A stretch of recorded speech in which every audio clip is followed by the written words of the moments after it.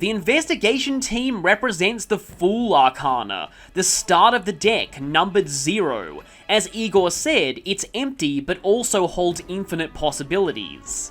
The Fool Arcana is a symbol of new beginnings, innocence, freedom and spontaneity. When I talked about the Magician, I mentioned the Fool's Journey.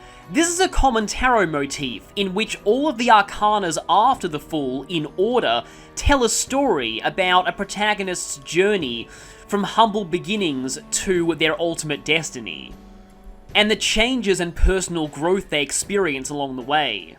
That aspect is particularly fitting to the way the Fool's social link works in Persona 4.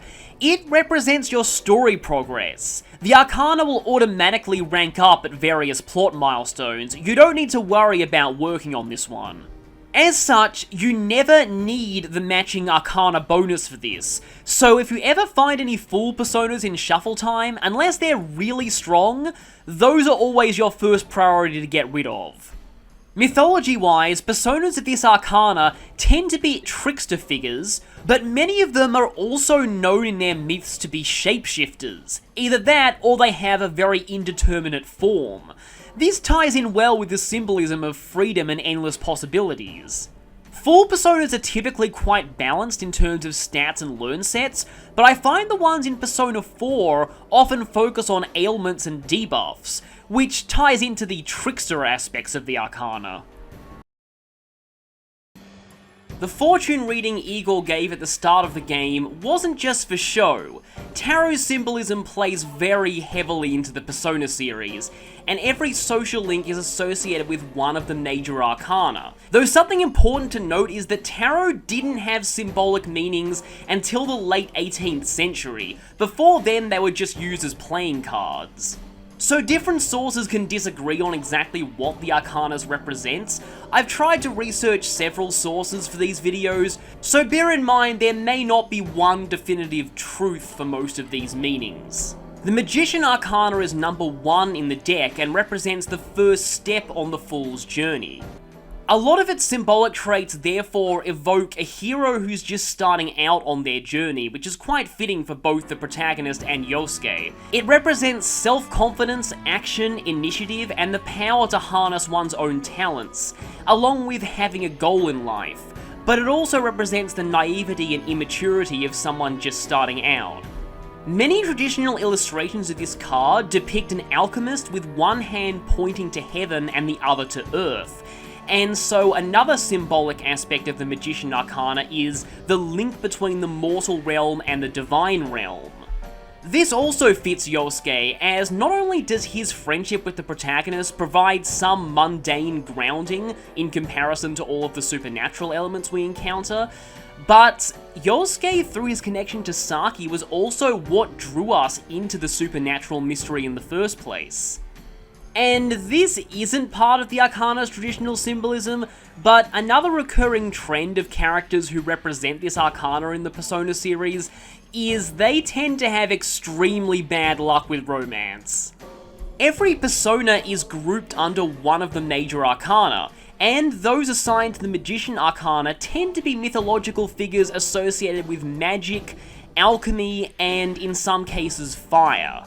Most personas of a specific arcana also follow a general theme gameplay-wise, and in gameplay, magician personas tend to have high magic stats, duh, and usually specialize in fire skills, though interestingly, Yosuke himself doesn't fit either category. So, every time we start a social link, I'll be showing one of these bio screens. You might be wondering what a lot of the things on this screen mean right now. Don't worry about it too much. I'll talk more about how social links work the first time we initiate one of our own free will, because this one was a forced rank up. Once you've established a social link, you'll be able to hang out with that character on days of the week that they're available. Every social link has their own schedule, and I've indicated that in their profiles. The blue H's mean the character might be available on that day on holidays, and I think it's dependent on specific dates. When you talk to the character, the game checks whether or not you currently have enough friendship points for the next rank. If you do, you'll get that rank up conversation. In this case, we were at rank 1, rank 2 requires 0 points, so we have enough, obviously, and that means we'll be getting the unique rank 2 conversation here. During a rank up conversation, you'll be presented with various dialogue choices. Some of these choices will give you more points towards the social link. Here's where it gets a little bit confusing. These points go towards the next rank up. So in this case, points obtained during the rank 2 conversation go towards rank 3. Since every social link requires 0 points for rank 2, and there's no rank after 10, your dialogue choices in ranks 1 and 10 don't matter. In Persona 4, dialogue choices are usually worth either 1, 2, or 3 points. But like the game tells you, if you have a persona of the same arcana as the social link in your current persona stock, you'll get a 1.5 times multiplier to those points. The point multiplier is a bit weird in Persona 4 though, because it seems like the amount of points is always capped at 3, and there are some choices that always give 3 even without a matching persona, like the one I'm displaying here. But in general, it's always safest to have a matching persona when interacting with anyone. In the case of Magician rank 2, picking option A gives you enough points for rank 3, so the next time we see Yosuke, we'll be able to rank up. And in that case, the game will tell you feel like your relationship will become closer soon. If you see someone and don't have enough points for a rank up, you get a generic conversation that is usually referred to as a spend time. I think this gives 2 points without a persona and 3 points with one. And at the end of the spend time scene, the game might say you feel like your relationship will become closer soon, and that means you have enough points to rank up. If it doesn't say anything, you'll need at least one more spend time. There are a few ways to gain social link points without interacting with the character. The first is the futon at night, which has a random chance of giving you points towards a random social link. Another is drawing a relationship fortune at the shrine. That's done at night, but you can only do that after a certain point.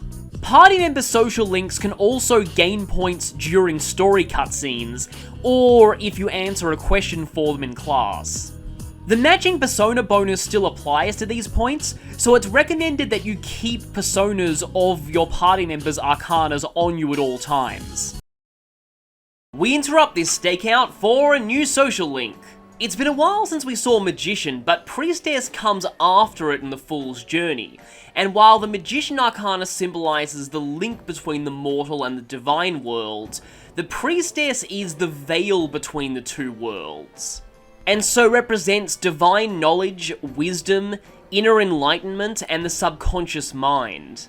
It's also deeply tied with intuition and listening to your inner voice.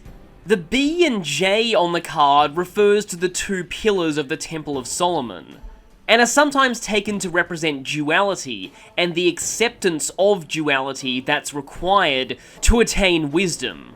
The Priestess card is sometimes called the Popess, making it a female counterpart to the Hierophant Arcana.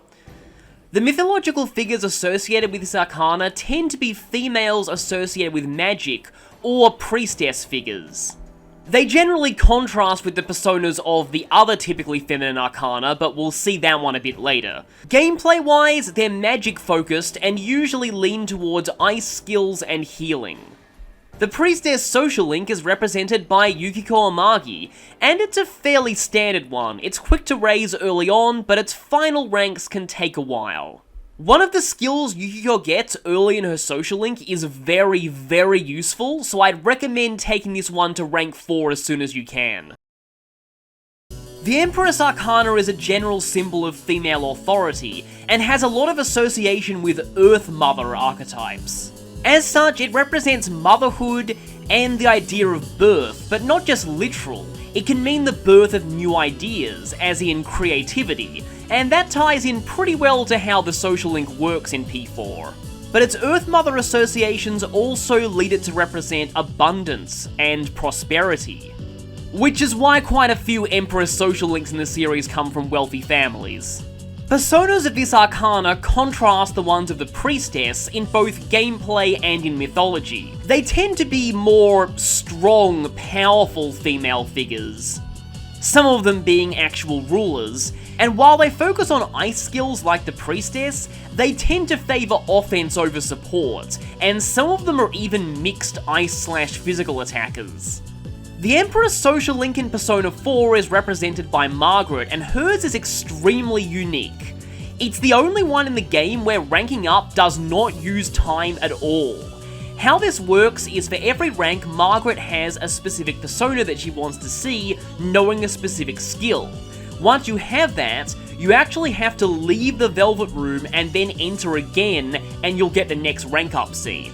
I'm not going to reveal the persona requests here, I'll talk about them individually when we see them, but what I am going to show is the levels they are. Since you can only fuse personas of equal to or lower level than the protagonist, every rank of this social link has a minimum level requirement, and in order to complete the whole thing, you need to be at least level 67. Some of the personas Margaret asks for also require special types of fusion that don't unlock until the 10th of July. Because this social link doesn't use time, is available anytime the Velvet Room is, and you can do multiple rank ups in a single day, many players leave this until the very last day of the game and complete the whole thing in one go. Also, if you're planning on doing a New Game Plus, register all of these personas to the compendium. You can then buy them all back and do all 10 ranks of this right at the start of the game. Much of the symbolism of the Emperor Arcana has to do with traditional ideas of masculinity. But I personally feel that many of the aspects it represents can be summed up as the Dungeons & Dragons lawful good alignment. I guess Fool would represent chaotic good then, but I digress. It represents power and authority, but used responsibly, and channeling power to protect people you care about.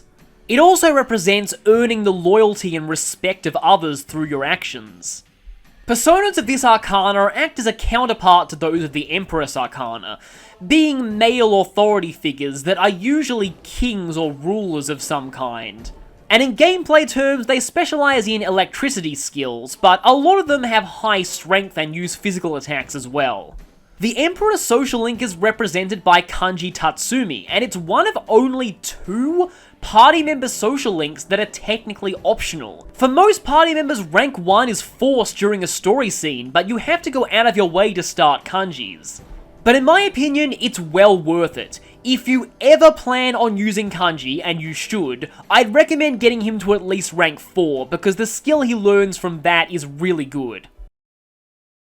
The Hierophant is a word that nowadays is almost never used outside of the Tarot Arcana, but it refers to a male priest, and in some tarot decks it's called the Pope. The Hierophant is a general symbol of education, authority, tradition, and obedience to the rules. It's also associated with mentors and learning from someone older than yourself, which is why most characters who represent this arcana in the series are older than the protagonist. It's put into context by the arcana that follows it, and since we won't be getting to this one for a little while, I'll just say this now, it's Lovers, which represents choice. The Hierophant can thus be seen as observing the belief systems of others before an individual decides which elements of those they want to follow in their own life. Personas of this arcana are typically mythological beings associated with wisdom and knowledge. Or in the case of Unicorn and Cerberus, they're beings that are often depicted as guardian entities. The Hierophant's social link is represented by Ryotaro Dojima, the protagonist's uncle. This one has a lot of similarities to Nanako's social link, Justice, in that it's only available at night, and is pretty awkward to rank up. Just like Justice, several ranks of this arcana are gated off by the protagonist's expression stat, though you don't need as high of a rank to finish this one. It doesn't require as many points to rank up as Justice does, but a lot of its best options early on are gated off by your courage stat, so it can also require a lot of spend time events on a first playthrough. The way Hierophant's availability works is unique. Dojima is only available to hang out with when you have completed the current dungeon. Otherwise, he'll be too busy investigating the kidnappings. So you might think from now on it's a good idea to complete dungeons as quickly as possible to maximize your Hierophant time. It's a bit of a double-edged sword though, because as I said in the Justice bio, whenever he's available, Nanako is not available. Usually once he's home, the nights of the week are split roughly evenly between Hierophant and Justice, but sometimes it might be advantageous to have more access to Justice, so just keep that in mind. Like Nanako, there are a few story scenes that give you points with Dojima, so keeping a Hierophant persona with you is often a good idea. It's not nearly as frequent as Justice bonus points though. And while I've said this during gameplay, I guess it's good to reiterate it here. Whenever Dojima is home, you're not allowed to go out at night unless you have a night part-time job, which you likely won't have this early in the game. And since you really need a matching persona whenever you interact with Dojima, make sure you pick up a Hierophant one from the Velvet Room during the day. In nearly any work of pop culture that features tarot, you can be certain that A, the Lover's Arcana will come up at some point, and B, it will be interpreted completely wrong. Many works take its name literally, but this card actually isn't about love or relationships at all. It's actually about choice. This is partly due to them changing the artwork for the card over time to become more of an Adam and Eve in the Garden of Eden image, when originally it depicted a man having to choose between two women. In some variants, one of the women is more attractive while the other genuinely loves him, symbolizing the choice between the right path and the easy path. It often represents having to make an irreversible choice with lasting consequences, or having to decide to focus on one aspect of yourself at the exclusion of another. As I mentioned in the Hierophant entry, the Lover's Arcana follows it in the deck, which represents the Fool making a choice as to their own values and beliefs, after being exposed to the values and beliefs of others. Personas of the Lover's Arcana tend to be mythological fairies or nymphs. Raphael is the one outlier. He's been Lover's Arcana in every Persona game he appears in, and that's because he's the angel depicted in some illustrations of this card. Gameplay-wise, this is the Arcana to go to if you want healing. Every Persona will always learn some form of healing or revival spell, and the higher tier ones will usually have the full heal and full revive spells. Our Lover's social link in Persona 4 is Rise Kujikawa. Now, as you can see, there aren't a lot of personas of this Arcana, but you really want to rank this one up anyway, because Rise learns skills out of her social link even in the vanilla PS2 version, but in Golden, they've been radically improved. In fact, that's an understatement. Her social link skills in Golden are completely and utterly busted. So ranking up this one is highly recommended if you want to make battles much easier on yourself. She's only available 3 days a week, and a lot of her higher ranks require a decent number of points, but spending time with her is well worth it. The Chariot Arcana has some association with war and military success, but more generally, it symbolizes determination, self-confidence, and taking action in pursuit of your goals. It's also a symbol of self-control. The white and black sphinxes that pull the chariot on the card symbolize two opposing forces, but the charioteer is keeping both of them under control to pull himself forward. If you've just made a major decision, the chariot card appearing in a reading is usually a good sign, indicating that you're on the right path. So I personally feel it's significant that we're obtaining this Arcana right after we've formed the investigation team. As for how it relates to Chie, well, she's finally getting over a lot of that residual self-hatred she had, and has become a bit more confident in herself. But additionally, characters in this series associated with the Chariot Arcana tend to be more athletically gifted over academics, which also suits Chie quite well. The personas of the Chariot Arcana relate to its war imagery. Almost all of them are mythological figures associated with war and/or weapons. And gameplay-wise, if you want a physical attacker, this is the Arcana you go to. They're usually pretty straightforward and focused almost entirely on physical attacks.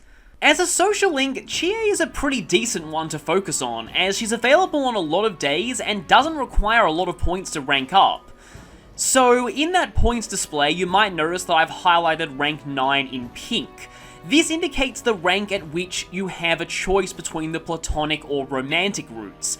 Chie is the first romance option we're introduced to, although Yosuke doesn't want me to tell you this, but there are unused voice clips that imply he might have been planned as a romance option early in development, but that's not the case in the final game.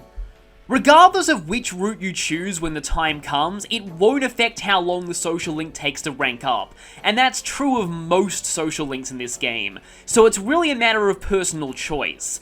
Technically, there are a couple of tiny gameplay benefits to romances. The first is there's an achievement/trophy for romancing at least someone, and the second is that every romance option except one has a unique accessory they'll give you later in the game.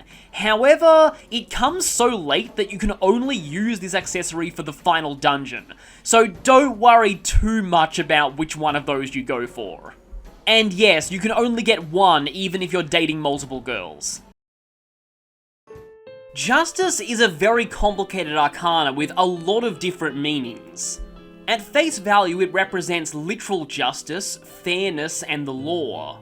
And also, quite fittingly for this game, the truth and the search for the truth. But from there it branches off into two broad sub-meanings.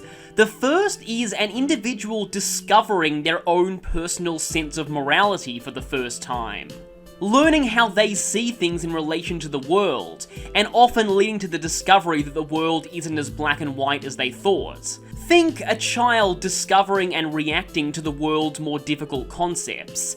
This is the meaning that I feel fits Nanako herself the most.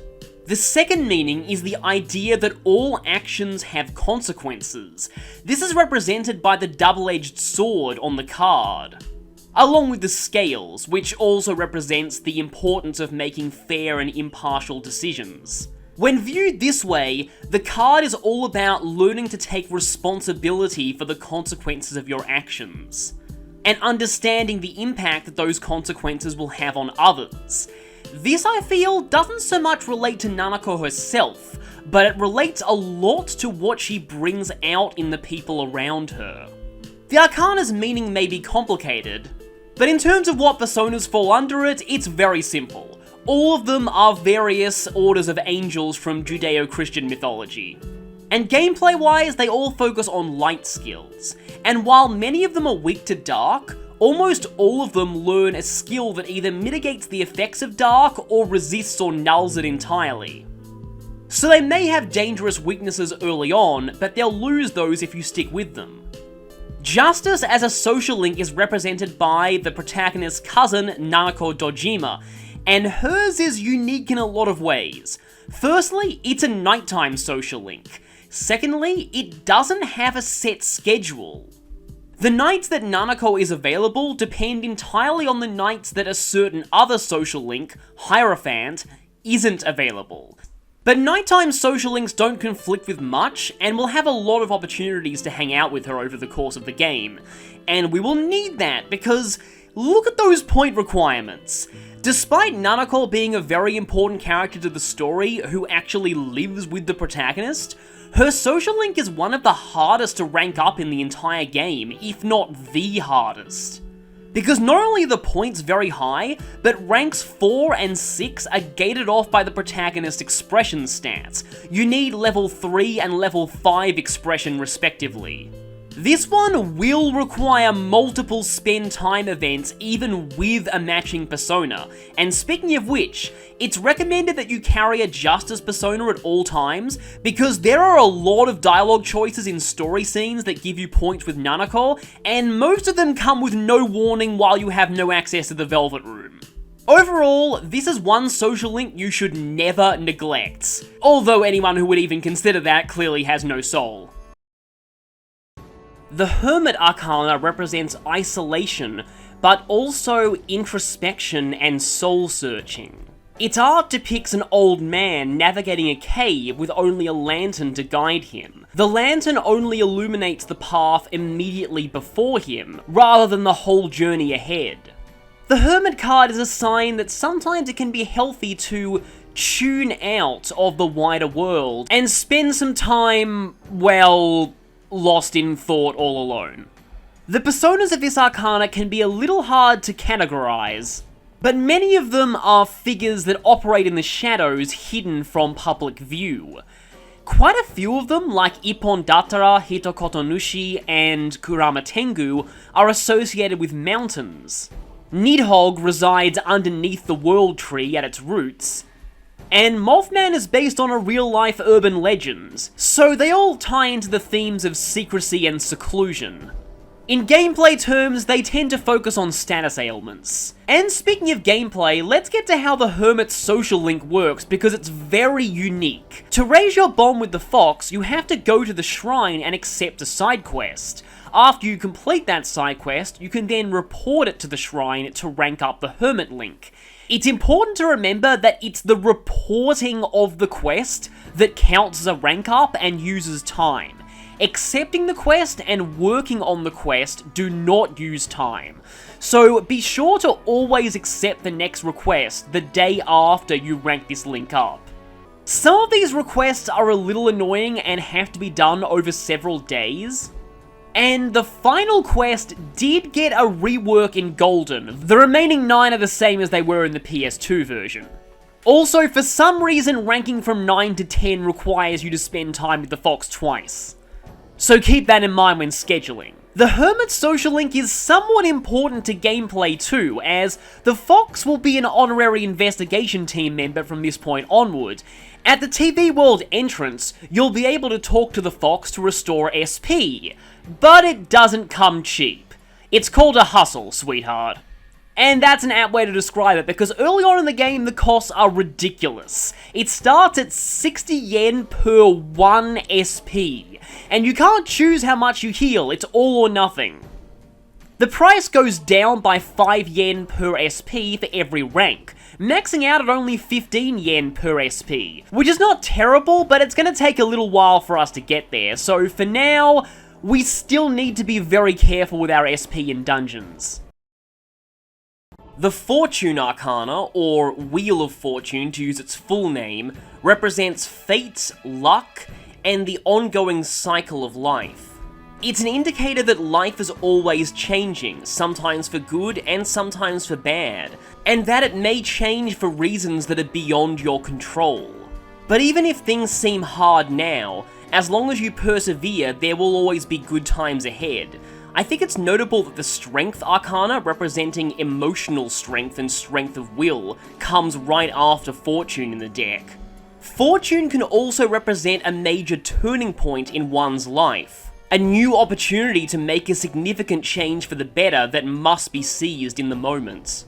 Social link characters who represent this arcana tend to be those defying external factors that are negatively impacting their life, and attempting to seize their own destiny.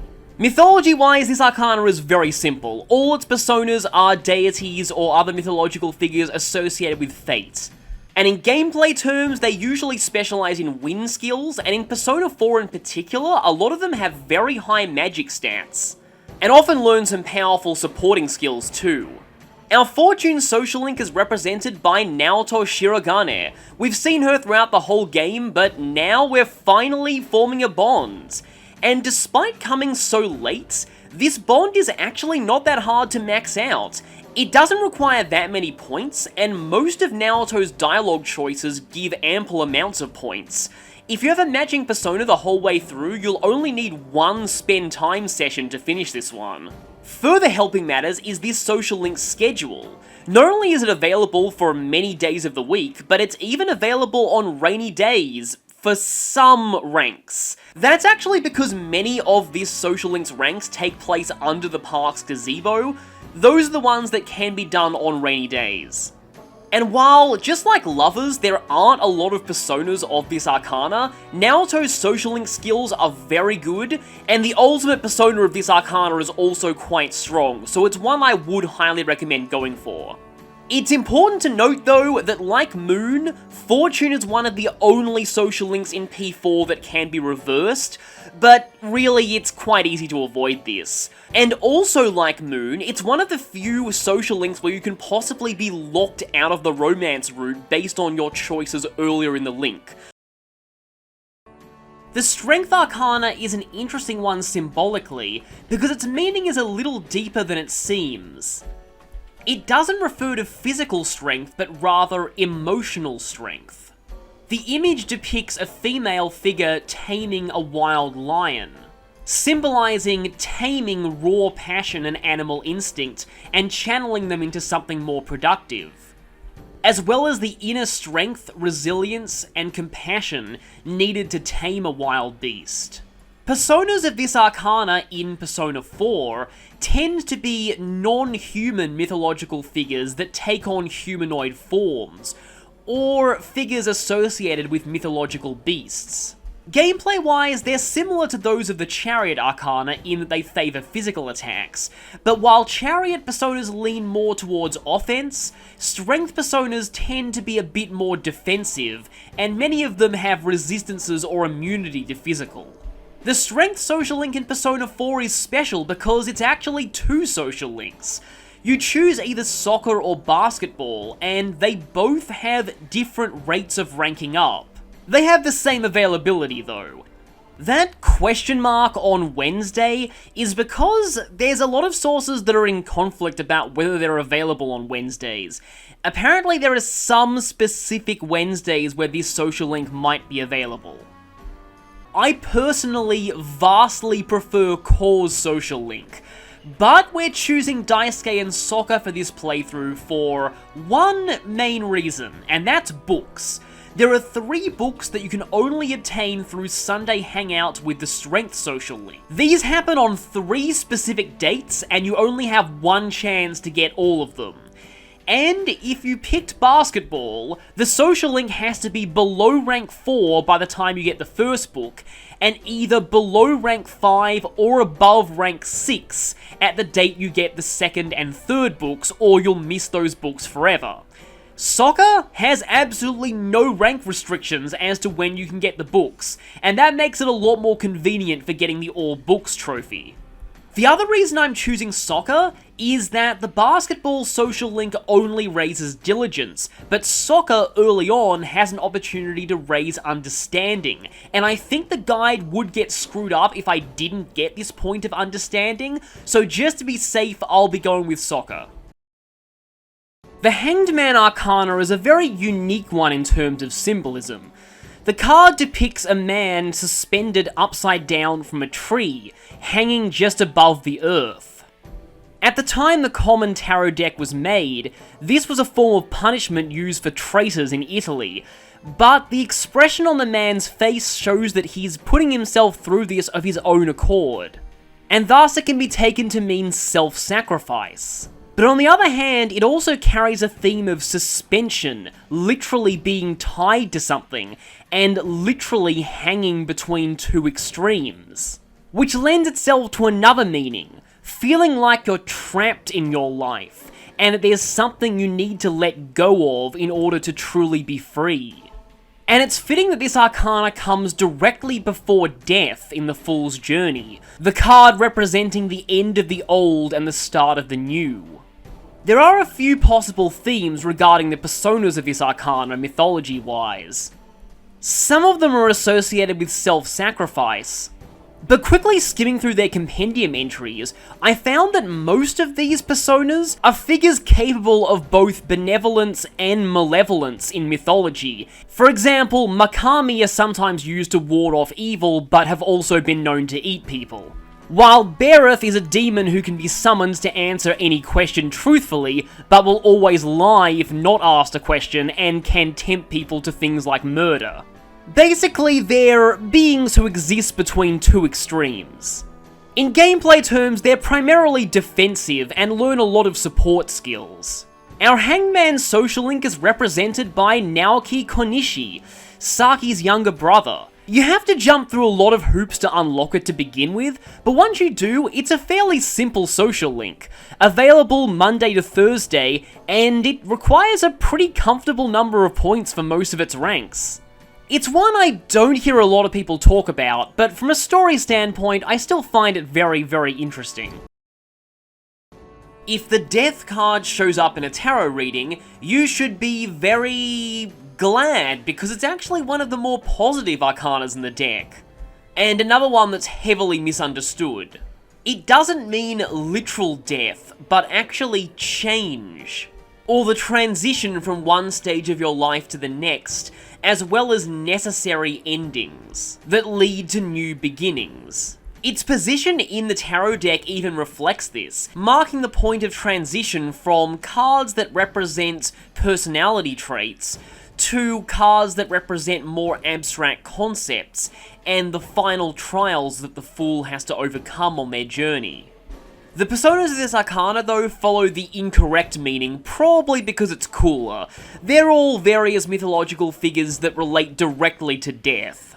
And most of them specialize in instant kill attacks, although in Persona 4, some of them are physically based too. The death social link is with Hisano Kuroda, an elderly lady that we meet at rank 4 of the Devil social link. If you don't get to that point, and that requires you to have enough diligence to accept the hospital janitor job, this social link will not even show up. And as Yukiko hinted, Hisano is only available on Sundays and holidays, if it's not raining. But to compensate for this very limited schedule, the Death social link will always rank up every time you talk to her. You do not need a matching persona, and your dialogue choices don't matter. It's very similar to the Sun Arcana in Persona 3. So as long as you can set aside 10 Sundays or holidays, you'll easily max this one. The main theme of the Temperance Arcana is a balancing of opposites. The cup on this card signifies alchemy, or the mixture of several components, in the hope that they will lead to something better. It's also a card that signifies moderation, seeing two extremes and bringing them both together via finding a balanced path. It also generally represents calmness and keeping your emotions in check. The Temperance Arcana is mostly populated by mythological beasts rather than human figures, and most are symbols of peace or moderation, but a theme common to a lot of these personas, such as Nigi Mitama and the four celestial animals, is that they're only parts of a greater whole. The theme of a balance of opposites is used in various ways for the Temperance social links in this series. Bebe in Persona 3 was a French exchange student to Japan, so in that case it was opposite cultures. Jumping ahead to Persona 5, you have someone who's trying to balance two radically different jobs. But here the contrast seems to be between child and adult, as our Temperance social link is Eri Minami, a young stepmother struggling to bond with her new stepson. And I consider Yuta just as much a part of this social link as Eri is. The Temperance social link itself is, I find, kind of a pain to rank up, because the only way you can get points with them is by either going to daycare or drawing a relationship fortune at the shrine. And look at that rank 10 requirement. Getting those 13 points takes a while. So despite this being one of our earliest part-time jobs, don't be surprised if this ends up being one of the last social links you max. That's pretty common. I've said earlier that Moon and Tower are some of the traditionally bad tarot arcanas. Well, the third one is Devil. It represents the darker aspects of one's self in general, but also temptation, addiction, and being tied down by bad habits. It's one of the few arcanas to have a more positive meaning when reversed, in that case representing breaking free from addictive bad habits and confronting your own dark thoughts and growing through that experience. You could say the Devil Arcana is pretty relevant to Persona 4's main themes. Personas of this arcana are very straightforward, mythologically speaking. It's populated by actual devils and demons from mythology, and with the exception of Vetala, they're all Judeo-Christian figures. Fitting with the themes of darkness, temptation, and addiction, devil personas specialize in Mudo and ailment skills. Back in P3, they mainly focused on fear and charm, but here they use pretty much all the ailments. The Devil's social link in Persona 4 is quite interesting because it's tied to a part-time job that occurs at night. Every time we do this job from now on, we'll be interacting with Sayoko Uehara. The points needed for rank ups are a little deceptive for this one. Even though they're quite low early on, Sayoko does not have a lot of dialogue options she really appreciates, so you will be needing multiple spend time events for this one. But that could be an advantage because you're still working every time you go to meet her, which means you get paid and get a boost to courage. But if you're thinking that you should drag this one out to get the maximum money and courage, you can still do the hospital part-time job even after this link is maxed. You also have plenty of free nighttime to finish this one, especially later in the game, so if there's a time conflict, you can afford to put this one on the back burner for a bit. Like Devil, Tower is one of the traditionally negative arcanas in the deck. As if that image of lightning destroying a tower and people falling to their doom wasn't any indication. It represents impending catastrophe, upheaval, destruction, and sudden, violent change. But it's not entirely bad. Tower is sometimes used to symbolize necessary destruction leading to rebirth, or strength gained through tragedy. It can also represent a shake-up to your personal belief system that may be difficult to endure at first, but will ultimately lead to change for the better. That sounds a little hardcore for just a random nerdy kid who needs a tutor. Social link characters who embody the Tower Arcana and Persona tend to be quite self-important, and are often in need of a rude awakening in order to reevaluate themselves. We'll see what this means for Shu later. Personas of this arcana tend to be mythological rebels, or other figures who were once well-loved but have now fallen from grace, or just mythological figures associated with destruction and rebirth in general. In gameplay terms, they're usually physical attackers, but in Persona 4 specifically, most of them learn either Power Charge, Mind Charge, or both, which makes them excellent fusion fodder for other personas, or even attackers in their own right. As for the social link itself, you meet with Shu via the tutoring job, which requires maxed understanding to even begin, so it'll take a while before you have access to this one, but it does feature a lot of dialogue choices that raise other social stats. Also, requiring maxed understanding means it'll always pay 10,000 yen per session, which makes spending time with him very lucrative. Also, since it's a nighttime social link and is available on rainy days, it's a pretty free one schedule-wise. So don't worry too much if you don't unlock this until late into the game. You'll still have plenty of time to finish it. The Star Arcana represents hope, faith, renewal, and purpose, and the balance of practical abilities and intuition. While the Full Arcana represents infinite possibilities, the Star Arcana is an indication that those possibilities are in fact achievable.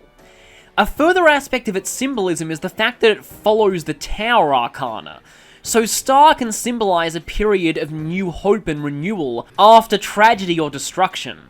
Personas of this arcana follow one of two themes. They're either mythological figures directly associated with the stars or astrology, or they're multi-talented entities with many different spheres of influence. In Persona 4, the Star Arcana is represented by our very own Teddie. And it's been a while since we've seen one of these. Star is a plot-based social link. It automatically ranks up at various points through the story, so no need to worry about working on this one. Provided we avoid any bad endings, Star will always max out. The Moon is one of the cards Igor drew for us at the start of our journey, and as I said there, it's typically not a good one to see in a reading. It represents fear, anxiety, uncertainty, illusions, falsehoods, and trickery. But it has a few positive meanings attached to it as well: the subconscious, imagination, and intuition. Characters representing this arcana in the Persona series tend to have difficulty being and accepting themselves, and feel they need to emulate others to achieve recognition. In keeping with its negative meanings, personas of the Moon Arcana tend to be outright malevolent or at the very least dangerous entities in mythology, and in gameplay terms, they're often mixed physical and magical attackers, at least in Persona 4. After meeting her through strength and agreeing to skip school with her once, which requires rank 3 courage, you gain access to Ebihara's social link, and it's a very unique one. You might notice that she's a girl around the protagonist's age, but I haven't shown any of the ranks in pink. That's because the Moon social link has a very unique element to it that I really don't want to spoil yet. If you are not familiar with the way the Moon social link works in this game, let's just say you might be surprised. The Sun Arcana represents optimism and positivity, especially in the face of hard times. It also represents the ability to brighten up the lives of others through the meaningful use of your greatest talents. It's a fairly straightforward and generally positive card. It's also straightforward mythology-wise, as personas of this arcana tend to just be figures associated with the sun or heat. Or in some cases just the sky. Gameplay-wise, they usually focus on some combination of fire, wind, and physical skills. It's quite a well-rounded arcana. Like Strength, the Sun's social link is another split one, but unlike Strength, where the person whose link you didn't choose will still be around, Yumi and Ayane are mutually exclusive, and you will never see whichever one you didn't pick. Both social links are quite different, and I feel that Yumi more represents the reversed Sun Arcana, at least at first, which signifies being unable to look on the bright side in a terrible situation. Unlike Strength, there are no dumb book restrictions for this one, but most guides recommend Drama because music has many choices that are locked off based on your social stats, and so is a lot slower to rank up early on. But I'm gonna be going against the guide here and choosing music. Reason being, Drama's platonic route sucks! Apologies on behalf of your eardrums, but it's true. Because I'm not going to be romancing everyone, and Drama ends horribly if you don't go for her romance route, I'm going to be picking music. But Ayane is actually the designer of Persona 4's favourite character, so it's nice that we'll get to showcase her this way. But as I alluded to, there's another reason to picking music. Even though it's slower to rank up, music has a lot of opportunities to raise your diligence and understanding through its options, whereas Drama only raises expression. In fact, the extra points in stats we get from music are going to enable us to start 2 later social links a bit earlier than the guide does. So, like I said, there actually are advantages to doing it this way, even though the social link is a bit slower. Speaking of slow though, music is the one social link in the game that slows down if you don't go its romantic route. Marie's social link is new content added to Golden. Both her and the Aeon Arcana were not in the original PS2 version. All the major Arcana were already taken from the original game, so the Aeon Arcana come from an alternate tarot deck, Aleister Crowley's Thoth deck. And in that deck, it replaces the Judgment Arcana. It carries similar symbolism: rebirth, absolution, and finally discovering your inner calling. It's typically the final step on the Fool's journey, so it's a little interesting that we're getting Aeon this early. But the name of this arcana comes from a concept from Aleister Crowley's own occult religious philosophy. He divided the history of humanity into aeons, essentially eras, each one worshipping a major deity. The first was the Aeon of Isis, followed by Osiris, and then finally Horus. These 3 deities represent the feminine, masculine, and the child, respectively. According to Crowley, the Aeon of Horus is when humanity will enter a time of self-realization and self-actualization. But it's best not to worry about how all of that relates to Marie for now, because even Marie herself has no idea who or what she is. This arcana is populated entirely by personas new to Golden, and they're mythological figures associated with either light or beauty. In gameplay terms, they're usually magical attackers, and when I was looking through them I discovered something amusing. The early Aeon personas have a lot of ailment skills, while the later ones often learn healing and buffs. Yes, even the arcana Marie presides over is tsundere.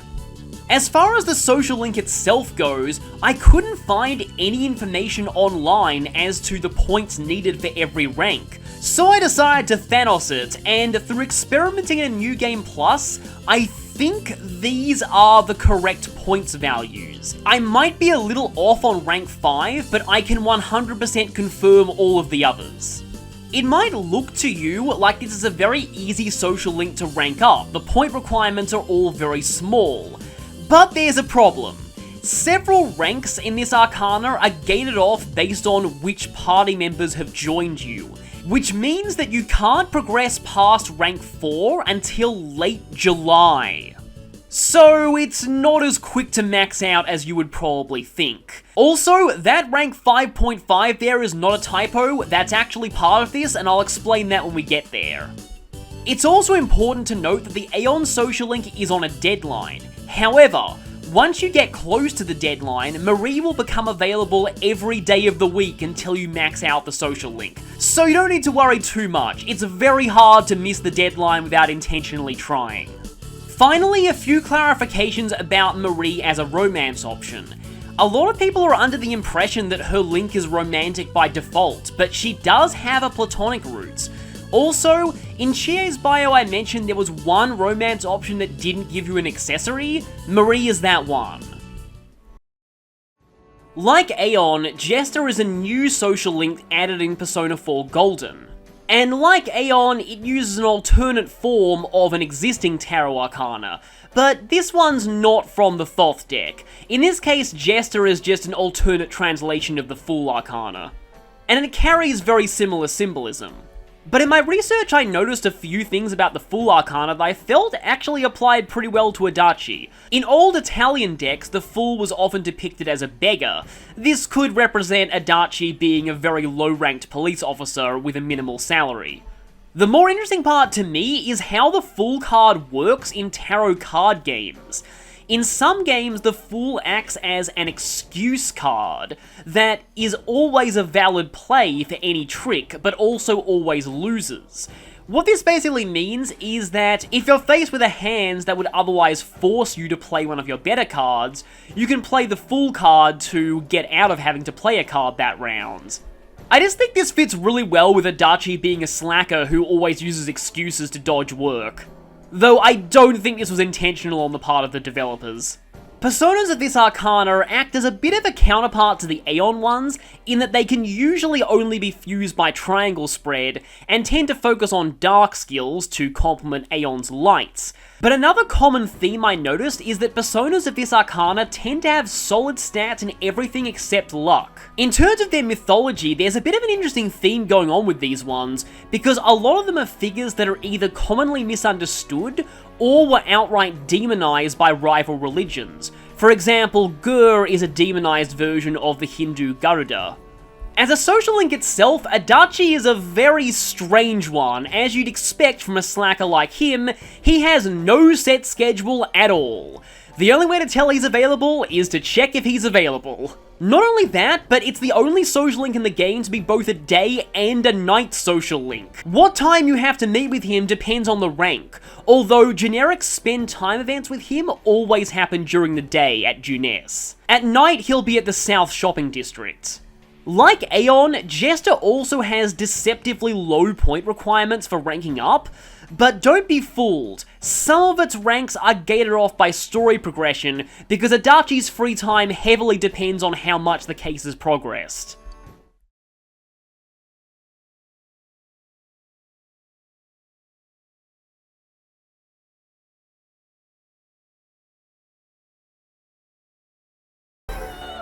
The Judgment Arcana is the final step on the Fool's journey.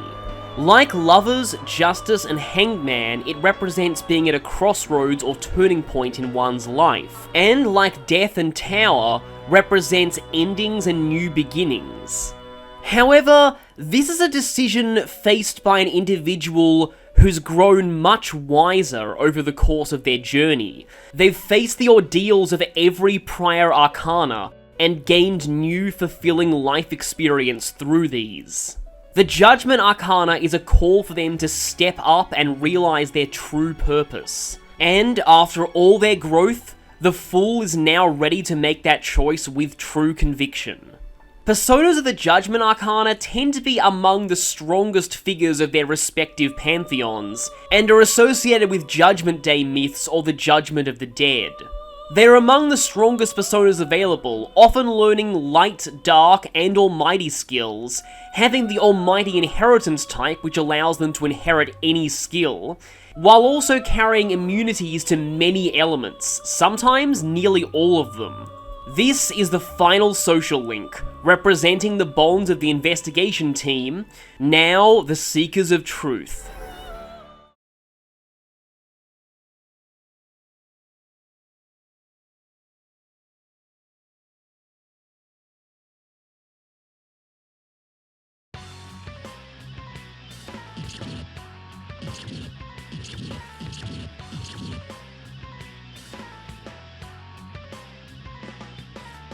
With Adachi's true colours revealed, his Arcana has also changed to its true form.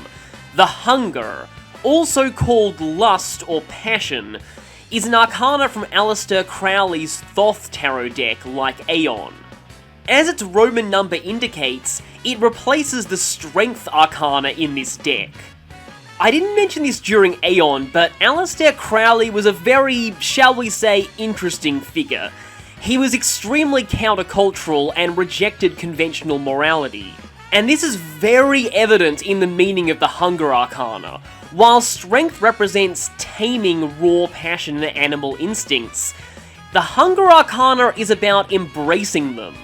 Both cards depict a female figure with a lion, but instead of taming it, the female in the Hunger Arcana is shown passionately riding the lion, almost becoming one with it. A misconception about this card though, it doesn't necessarily represent sexual lust, although that is a part of it. It more represents lust for life, passion, and spontaneity. It's important to note that the meaning of this card is not necessarily negative. Adachi just takes the qualities it represents way too far. Adachi's Arcana may have revealed its true form, but nothing about it has changed from a gameplay standpoint. The personas attached to it will simply be referred to as Hunger rather than Jester in the Velvet Room from now on. But now that we know the true form of Adachi's Arcana, there are some things about its personas that I wasn't able to mention before that I will now. Firstly, it's populated by many mythological figures that were demonized by rival religions. This is probably a hint to Adachi's villainous nature, but this could be a bit of a stretch. I also personally see this as representing how Adachi views himself, as unfairly cast aside and demonized by the people in his profession and in society in general. The fact that these personas tend to have high stats in everything but luck, I also think is very appropriate to how Adachi views himself. But we'll get more detail about these as we proceed into his dungeon later.